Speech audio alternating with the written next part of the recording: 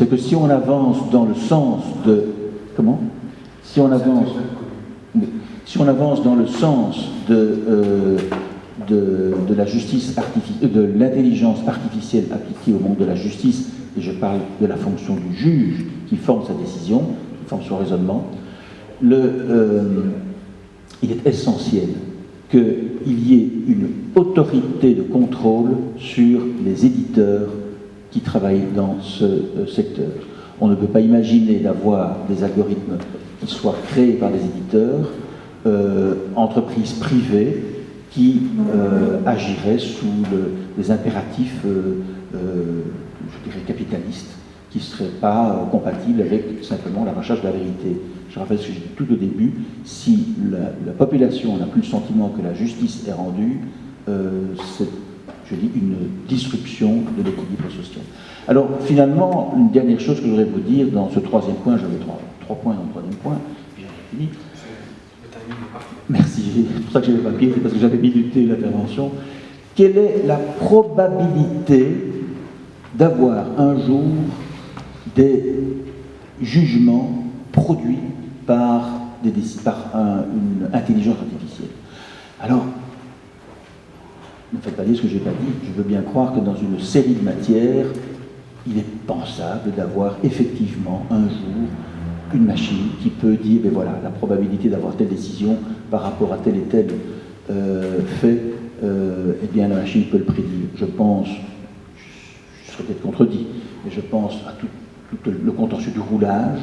On peut imaginer effectivement que, compte tenu d'un certain nombre de faits et de la connaissance que l'on a de la jurisprudence du magistrat devant lequel on va plaider, on peut prédire quelle sera sa décision. On sait que c'est quelque chose qui se constate, c'est que les juges dans ces matières-là ont une jurisprudence bien établie. Ce que je dis, c'est autre chose. Ce sont les situations dans lesquelles on est dans le domaine où l'individu a beaucoup d'importance. Et pourquoi est-ce que l'intelligence artificielle appliquée à la formation du jugement dans ces situations complexes, pourquoi est-ce qu'on en est très loin? Mais parce que l'intelligence artificielle traite des données qui sont au départ des mots. Est-ce que tous les mots ont un sens univoque? Est-ce qu'il n'y a pas des mots qui ont un sens équivoque, voire ambivalent? On peut avoir plusieurs significations en même mot. Et on n'en est nulle part. Ce qui est beaucoup plus important, c'est la contextualisation d'un mot. Un mot peut avoir un sens qui paraît évident dans un sens donné, mais dans le contexte d'une phrase, d'un groupe de phrases, le mot change complètement de sens. Un algorithme, je ne pense pas qu'un algorithme soit capable de traduire dans des calculs la contextualisation d'un mot et donc en changer de sens. Et puis alors la dernière chose que je veux dire, ce sera mon mot de la fin, c'est l'émotion. L'émotion, c'est quoi? C'est le talent, on l'a ou on l'a pas, mais le talent qu'a ou que n'a pas un avocat, de faire passer l'émotion de son client qui devient l'émotion du juge. Le juge se dit en soi-même, c'est pas possible, je veux rendre justice et je déciderai dans ce sens-là. Et je vais vous donner un exemple. Un exemple qui est absolument réel. Les juristes ici diront, ah ben oui, je vois de quelle affaire ils parlent. Les faits se passent à Liège, il y a pas mal d'années. Une jeune femme est importunée par, on va dire, un soupirant éconduit. Le soupirant se fait de plus en plus insistant et la jeune femme porte plainte à la police. Une fois, 2 fois, 3 fois, 4 fois parce que le soupirant devient menaçant, peut-être violent. 5 fois, 6 fois, 7 fois, la police ne fait rien. Elle s'adresse au parquet, elle dépose plainte. Le parquet ne bouge pas. Elle dépose 2 fois, 3 fois plainte. Le parquet ne bouge toujours pas. Un jour arrive le drame qu'on pouvait prévoir. Le soupirant est conduit, lui jette un produit chimique au visage. La jeune femme est défigurée. Défigurée à vie. Sa vie est détruite. Le bonhomme est condamné pénalement, il est évidemment insolvable. La réparation du dommage matériel, moral de la jeune femme, impossible à le récupérer sur l'individu. Que fait cette jeune femme? Elle assigne en responsabilité l'État belge responsable de l'action, en réalité l'inaction du parquet, et la ville de Liège responsable de l'action de sa police. Le juge de Liège condamne l'État et la ville de Liège à la réparation du dommage en disant ceci: la faute, je la considère établie, le dommage, je considère qu'il est établi, et je considère que même si on pouvait imaginer l'hypothèse dans laquelle, même si le parquet et la police avaient été diligents, le dommage serait malgré tout réalisé, je considère que cet élément ne doit pas influencer la décision et je condamne. Appel de l'État et de la ville de Liège, arrêt de la Cour d'appel qui confirme le jugement en première instance. Recours en cassation de l'État et de la ville.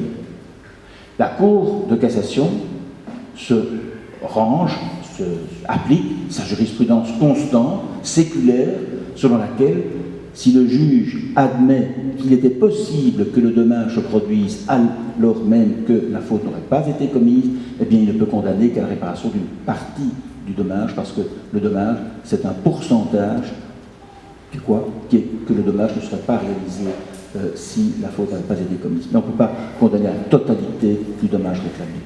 C'est ce qu'on appelle la perte d'une chance, la réparation de la perte d'une chance. Cassation, renvoi devant la Cour d'appel de Bruxelles. La Cour d'appel de Bruxelles rend un arrêt exactement dans le même sens. Recours en cassation. Voilà la Cour de cassation saisie une deuxième fois entre les mêmes personnes sur les mêmes faits.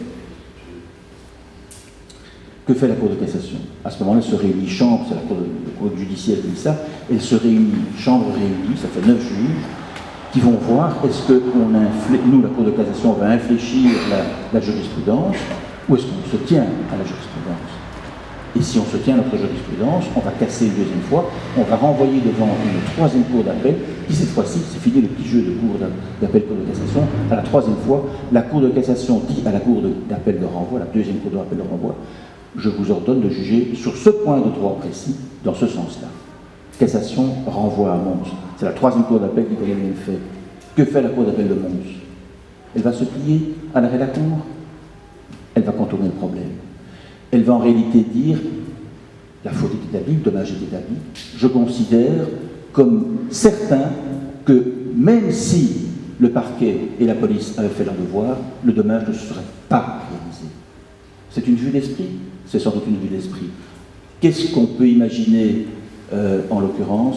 Eh bien, c'est vraiment l'expression de ce que peut faire la justice, c'est en réalité rendre des décisions qui sont imprévisibles en droit strict, mais qui sont le résultat d'un ensemble de facteurs, dont sans doute aussi l'émotion. Je suppose que l'avocat de la jeune femme a dû montrer la photo avant, la photo après, et que les juges ont dû dire c'est pas possible, on doit réparer ce dommage-là. Et ça vous montre, je termine maintenant en appliquant ça à notre sujet, j'ai pris un exemple évidemment extraordinaire, hein, c'est pas tous les jours qu'il y a des affaires pareilles qui se plaident, avec ces allées-venues entre cour de cassation et cour d'appel, c'est exceptionnel. Mais ça montre que traduire ce genre de choses dans l'intelligence artificielle, je ne pense pas que ce soit quelque chose qui soit très proche.